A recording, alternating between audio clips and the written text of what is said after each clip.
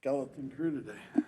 Happy holidays. Happy holidays. Merry Christmas to everybody. Merry Christmas. Vic, when you look at that fourth quarter, what, on tape, what, I guess, bothered you the most? Where were the breakdowns? Number one, my calls could have been better.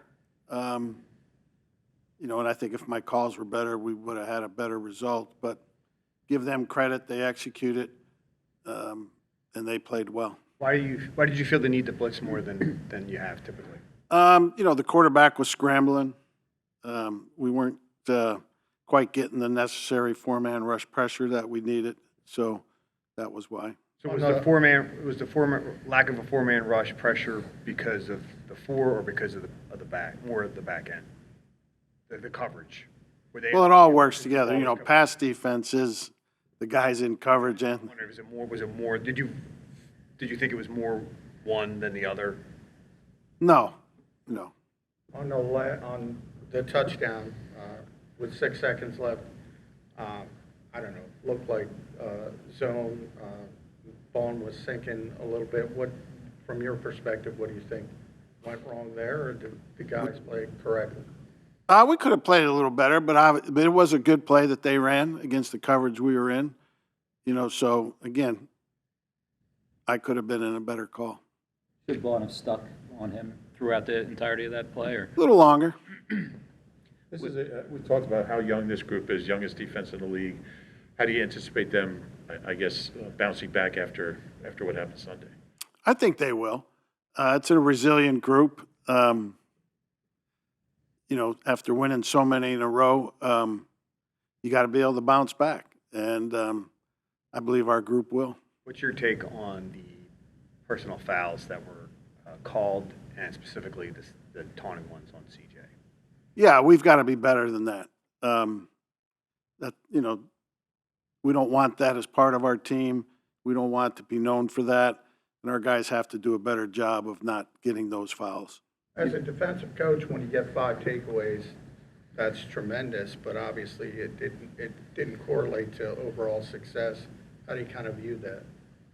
Well, we gave up too many explosive plays. The one drive, they hit 2 big ones on us. That's one part of the equation. Didn't have a good day on third down. That's another part of the equation.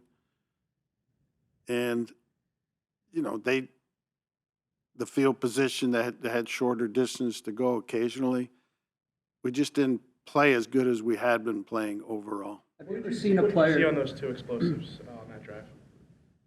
We just got beat. We could have played with better technique, but they ran go balls on our guys, and we got beat. Was Quinion, is it fair to say that he was maybe sitting on an in-breaking route on the one that he gave up?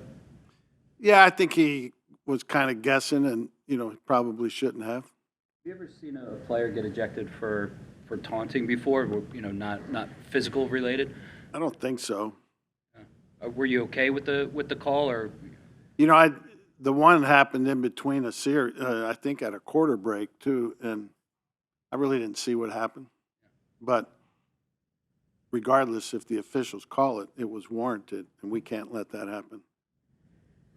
Do you emphasize when the first unsportsmanlike comes to, whether it's Christian or somebody's got to say, all right, you got one, maybe you have to be a little bit more careful? Is that Yes. sort of imparted? Yes. What have you seen from Cooper Rush since the first time you guys played them? Yeah, they're playing extremely well here the last 5 games. They're moving the ball. I think they have found their niche with Rush at quarterback, and they're doing a good job. They're running it well. They're mixing in the play pass and the boots very well. And obviously, CeeDee Lamb is having a banner year. They have good tight end in Ferguson. The back has really come alive lately. So, they're not the same offense that we saw however many weeks ago that was. What did you notice about Daniels from this matchup compared to the first one? He's good. He's very athletic. He has the gun run game to their element of their offense. Throws the ball extremely well, very catchable ball. He's a good player. What happened on the 2 12 men on the field penalties?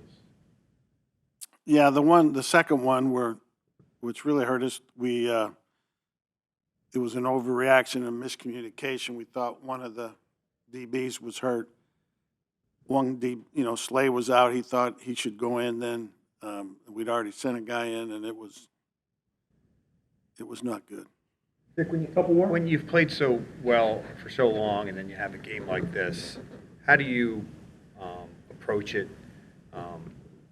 with the players? Do you hammer it more, or do you just say, this is just a blip? No, you don't say it's just a blip. You got to learn from all your experiences, both good and bad, and improve. And we got to get back to playing, not have unsportsmanlike or whatever they call 2 times 12 on the field. We got to get back to playing better football. On the positive side, Nolan seems to be, you talked about young players, it's a process, they got to get better and better. He seems to be hitting more of a standard from the outside. Is that what you see? Yeah, like I've said all along, the guy has just kept improving from week to week, going all the way back to OTAs and training camp. And credit to him, credit to Wash. You're right in your assessment. Just curious what you saw from Bryce Huff in practice last week, and if you think he's. Last week in practice, he could only do individual drill. They didn't let him partake in any of the real parts of practice. So we'll see.